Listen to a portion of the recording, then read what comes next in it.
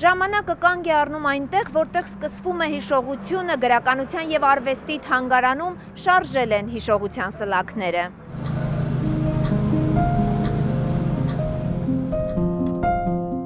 Գրականության և արվեստի թանգարանի ժամանակավոր ցուցադրությունների սրահում բացառիկ ցուցադրություն է։ Առաջին անգամ հայ մեծերի գրականության, երաժշտության, թատրոնի և կինոյի երևելիների անձնական ժամացույցները ներկայացված են նույն սրահում։ Մտահաղացումը ի սկզբանե ծնվել է հենց թանգարանի տնօրենի մոտ և կյանքի կոչվել իհարկե ողջ թանգարանի աշխատակազմի ջանքերով, ինչու հենց ժամացույցներ, նախ սկսեմ նրանից, որ առհասարակ վերջին շրջանում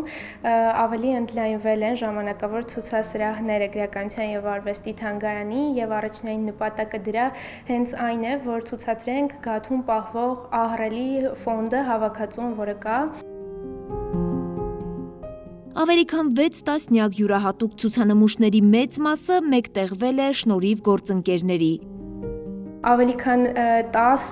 գործընկեր թանգարաններից բերված ցուցանմուշներ ունենք այստեղ ցուցադրված, որոնցից են օրինակ Մարտիրոս Սարյանի, Ավետիք Իսահակյանի, Ալեքսանդր Սպենդիարյանի և մնացյալների ժամացույցները, նաև ասեմ, որ գրականության և արվեստի թանգարանի մասնաճյուղերից բերված ժամացույցներ ունենք։ Աշտարակում գտնվող Պերճ Պրոշյանի տուն թանգարանից, Գորիսում գտնվող Աքսել Բակունցի տուն թանգարանից, Սիլվա Կապուտիկյանի ոսկյա ժամացույցներն են այստեղ ցուցադրված։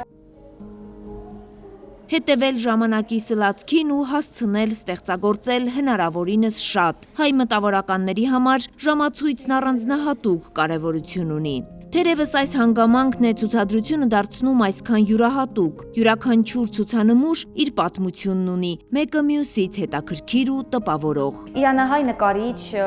հողարվեստի հիմնադիր Մարկոս Գրիգորյանի ժամացույցների հավաքածուն է։ Ամենափոքր բաներից սկսած մինչև մեծ բաներ ինքը ունի շատ տարբեր հավաքածուներ, այդ թվում նաև ժամացույցների։ Նալբանդյանի, Թումանյանի, Բակունցի, Փափազյանի, Սարյանի և մյուս մեծերի ժամացույցները կանգնել են ժամանակի ակնթարթներում։ Ցուցադրվող 60 ժամացույցներից միայն մեկի սլաքներն են բաբախում առ այսօր, կամրջելով անցյալ ու գալիք հիշողությունները։ Միակ աշխատող ժամացույցը սփյուռքահայ երգահան խմբավար Բարսեղ Կանաչյանի ժամացույցն է, որ նվեր է ստացել Գուսան երգչախմբի կողմից։ Ալեքսանդր Սպենդիարյանի տուն թանգարանից բերել ենք վերջինիս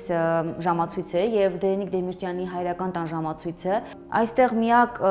և երկու ժամացույցներն են, որ կանգ են առել այն պահին, երբ մեր մտավորականները կրել են իրենց մահկանացուն։ Ցուցափեղկի հուշումն է ուշադրություն հրավիրում, Նիկողայոս Տիգրանյանի ժամացույցը շփոթել հնարավոր չէ։ Քանի որ Նիկողայոս Տիգրանյանը մեծ կոմպոզիտորներից մեկը 8 տարեկան հասակում հիվանդության պատճառով զրկվել է տեսողությունից,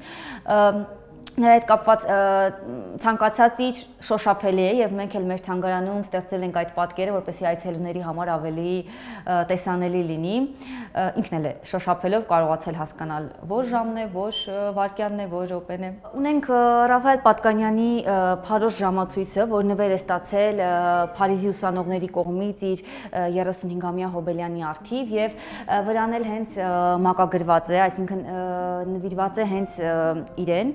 է պատկանում, հակառակ կողմ կա նաև կողմնացույց, իհարկե նաև նավի վրա հեշտ կողմնորոշվելու համար, բավականին հետաքրքիր և տեսքի և բովանդակության առումով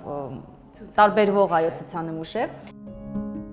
Մեծամասամբ բարական սեռի մտավորականներին պատկանող ժամացույցների կողքին բանաստեղծուհի Սիլվա Կապուտիկյանի ոսկե ժամացույցն իր նրբությամբ է առանձնանում։ Հաջորդ ցուցանմուշը, որ բավականին հետաքրքիր է ու փորձել ենք նաև այցելուների համար տեսանելի դարձնել, Սիլվա Կապուտիկյանի ոսկե ժամացույցն է, Զենիթ ապրանքանիշը ու բավականին ժամանակակից ու աչքին հաճելի ժամացույց է։ Շատ հետաքրքիր կերպով եք ներկայացրել, կարելի է ժամացույցը զգալ նաև սեփական ձեռքի վրա, հատուկ է արված։ Այո, որպեսզի այցելուները տեղափոխվեն Սիլվա Կապուտիկյանի ապրած ժամանակները և այդպես թվացյալ կարելի ասել կրեն ժամացույցը։ Միակ ցուցանմուշը, որ ոչ թե անձնական է, այլև ընտանեկան, Հովհաննես Թումանյանի տան ժամացույցն է, ասում են, բանաստեղծը չէր սիրում ժամացույցներ, դրանք խանգարում էին, հիշեցնելով ժամանակի արագ ընթացքի մասին։